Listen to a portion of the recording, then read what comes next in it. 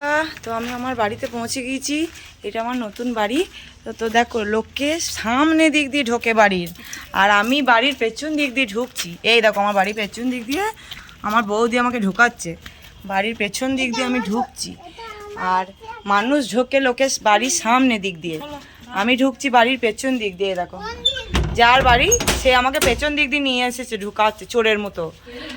আর আমি এই ঢুকছি। এটা আমার নতুন বাড়ি, এটা আমার দাদার বাড়ি।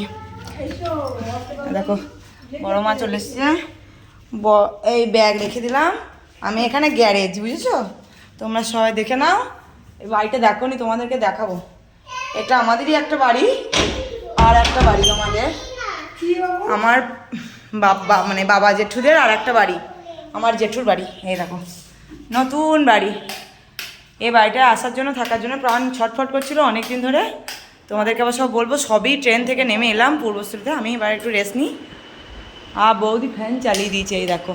চলো আর একজনের মজা দেখো, ওইখানে গিয়ে পাগল হয়ে গিয়েছে। এই বাড়িটা ভালো লাগছে তো, আসো এবার। তো আমি এই জলের গ্লাস হাতে নিয়ে নিয়েছি। মানে যতই সব নিজের বাড়ি হই, মেয়ে তো বাপের বাড়ি এসেছি, জেঠিমা মানে বড় মা, আমার বড় মা, আমরা বড় মা বলি। তো বড় মা আমার হাতে গ্লাসটা দিয়ে দিয়েছে। দেখো আমার দাদা নতুন করে বাড়িটা করেছে, যা এই বাড়িটার স্বপ্ন ছিল আমার জেঠুর।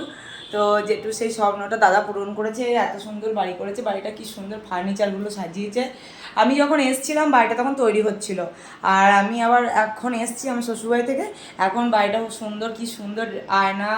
এই দেখো ড্রেসিং টেবিলটা খুবই সুন্দর, তোমাদেরকে দেখিয়ে দিই। এটা বৌদির ঘরটা, মানে আমার দাদা বৌদির ঘর। এইটা খুবই সুন্দর করেছে এইটা। আর এখানটা হচ্ছে তোমার এটা কিচেন। এই দেখো কিচেনটা বুঝতে পারছো। এখানটা একটা খাট মতো আছে, আমার জেঠিমা সোয়েটয়। এই সিঁড়িটা দিয়ে ছাদে যাওয়া, মানে ওপরে দোতলা। আর বড়মা ওইখানে কথা বলছে। আর এইদিকে আর একটা ঘর আছে, দেখাই তোমাদের। বিশাল বড় বাড়ি করার এই ইচ্ছাটা আমাদের অনেক দিন ধরে ছিল, যে যেটু একটা বড় বাড়ি করবে শুনেছিলাম, কিন্তু ওই মানুষটা এখন আর নেই। যে নিজের বাড়িতে যে কি শান্তির নীড়, মানে এটা মেয়ে যারা সত্যি করে বিবাহিত মেয়ে ছাড়া কেউ বুঝবে না। যাদের দূরে বিয়ে হয়েছে তারাই বুঝবে যে এই বাড়ির কি শান্তির নীড়। যতই এটা আমার নতুন বাড়ি হোক, আমার দাদা বানিয়েছে বাড়িটা, তবুও এটা হচ্ছে বিবাহিত মেয়েদের। এরকম এক গ্লাস জল হাতে চলে এসেছে, বিয়ে হয়ে এসেছি চলে এসেছে। যাই হোক, এই সবগুলো বলতে তোমাদের সঙ্গে আমার ভালো লাগে, তাই শেয়ার করলাম। এই দেখো ওখানে মামিমার সঙ্গে গল্প গুজব হচ্ছে, মামিমা আর ভাগ্নের। তো এইটাই হচ্ছে মানে শান্তির নীড় মেয়েদের কাছে, আর কিচ্ছু নয়।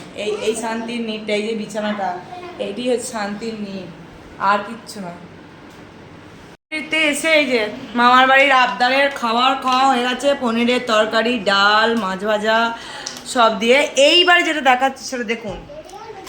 সব থেকে ফেভারিট লোক চলে এসেছে, আমার পিকু সোনা। আর আমার যাকে আমি একদম ছোট থেকে মানুষ করি, যে পিপি, আমার পিপি চলে এসেছে।